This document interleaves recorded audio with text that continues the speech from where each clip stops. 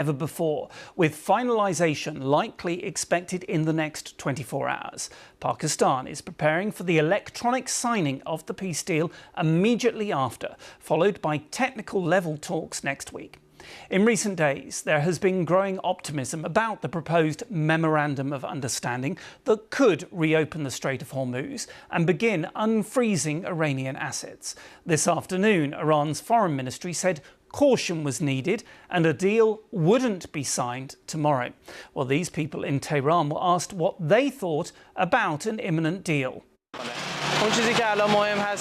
What is important now is that we're able to advance an agreement in a phased way, not like the previous experience we had with the Iran nuclear deal, to be the side that acts first, and we should be able to step by step impose our demands on the enemy.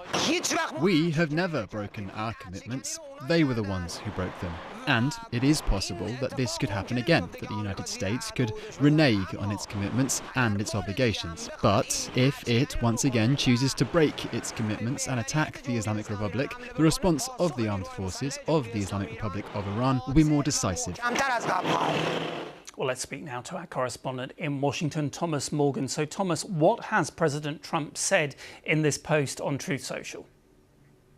Well, it's a number of things. I think the main key takeaway is that he is also saying that this will be signed tomorrow and it will lead to the immediate reopening of the Strait of Hormuz, and it will also lead to an end of the US blockade on any Iranian ships. I think what's interesting as well in his post on Truth Social is how much he talks about the nuclear program in Iran. Now, if you remember, this has been such a sticking point for such a long time in all of these talks. What we understood on Friday when the US officials, his government officials, were given a briefing to the press, was that there would be now a 60-day negotiation period after this deal is signed. And in that 60 days, they would discuss further what happens to the nuclear deal. But today in this post by Truth Social, Mr. Trump is starting by saying, this agreement is the exact opposite of the one that was had in the past. It will be a wall to no nuclear weapons. In fact, they don't want a nuclear weapon anymore. And at the appropriate time, when all is calm,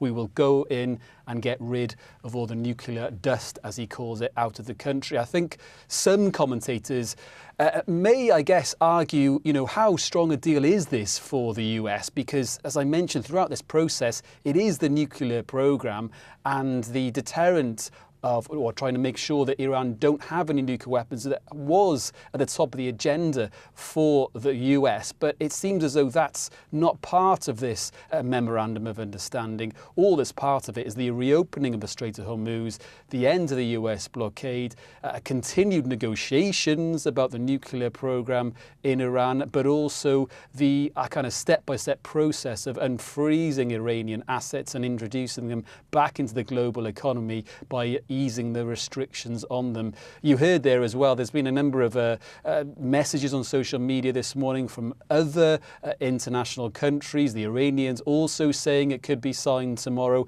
and also the Pakistanis that have been so key as a mediator in this negotiation between Iran and the US, also saying that a deal would be done in the next 24 hours.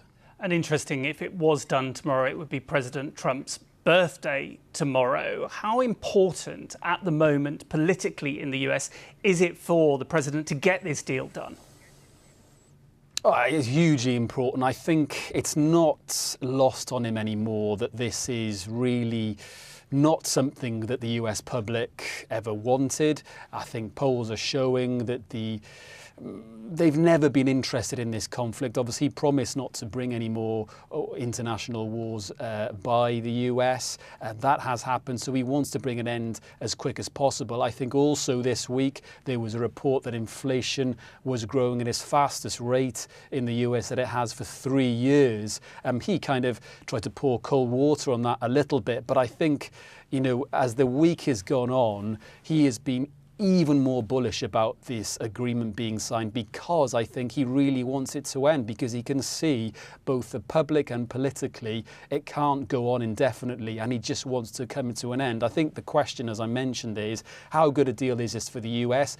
Who comes out of it better? I think some would argue the Iranians potentially do, because in a way they've got an end to this conflict. The economic situation may improve soon, and also there will be no more fighting. The only sticking point for them is, of course, what's going on between Israel and Hezbollah in South Lebanon at the moment. Thomas Morgan in Washington, thank you. With me in the studio is Parham Gabadi from BBC Persian. Parham, what are you hearing from the Iranian side about the possibility of this deal being signed tomorrow? So what we hear from Iranians is a little bit different from the Americans and Pakistanis, because Donald Trump and Pakistani Prime Minister Shahbaz Sharif, they both said that tomorrow this document is going to be finalized and digitally signed.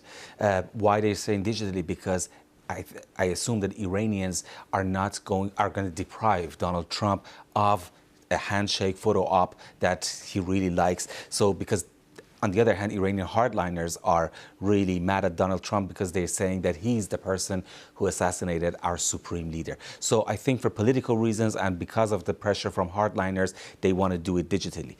Regardless of that, it's about the timing. The timing is also very important. Iranian foreign ministry spokesperson Esmail Baghai said that, refused to say that he declined. He said that it's not tomorrow. We are not traveling to Geneva, and the timing is not tomorrow. He was really cautious to give the exact time and the date of this finalization of this document and this memorandum of understanding. The reason, again, might be because of Iranian hardliners, because since yesterday that they announced that it's close to finally cut a deal with the United States, Iranian hardliners, including Iranian state TV, started attacking and criticizing Iranian politicians harshly. Now, how crucial in any deal that is signed is the assets that are frozen at the moment? In his post, President Trump says no money will exchange hands.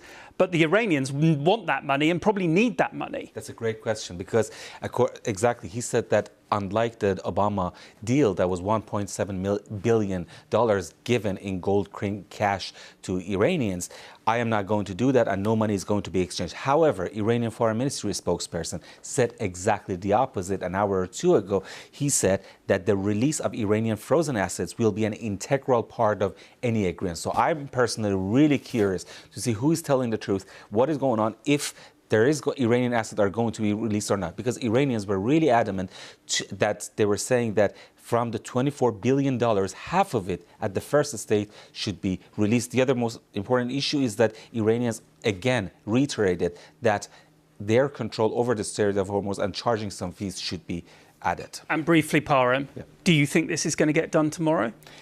That's really difficult to. I think it might be, because Donald Trump is saying it and Pakistanis are saying it. It might be happening tomorrow. However, Iranians refuse to say it because they don't want the pressure from hardliners. Parham Gabadi from BBC Persian, thank you. Well, let's speak now to our correspondent in Jerusalem, Charlotte Gallagher. And Charlotte, Israel seems to have been sidelined in all of these talks that have been going on. They have, Nikki. The talks have been between Iran and the US and mediated by Pakistan, and Israel has had very, very limited involvement.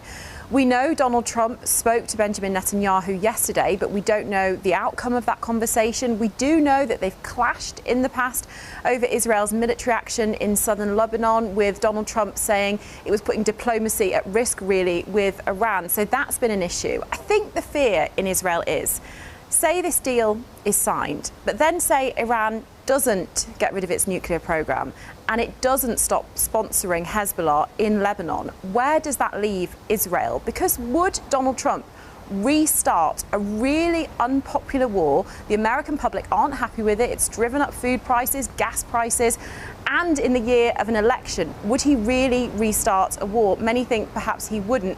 Also, another person who's facing an election this year is the Israeli Prime Minister, Benjamin Netanyahu. So there's a lot hanging on this at the moment, Nikki. But yet, Israel definitely not in that inner circle of talks at the moment, perhaps feeling a little bit pushed out. And as you said, their military action in Lebanon continues. Yeah, so let's talk about that, because the conflict in Lebanon is going to play a big role in any negotiations. Iran's previously insisted that any deal must include a ceasefire in Lebanon, but those strikes have continued. State media in Lebanon reporting that Israel struck the south of the country shortly after an evacuation order was issued for 20 towns and villages in the area. The Israeli military telling people to leave before it was targeting what it called Hezbollah positions.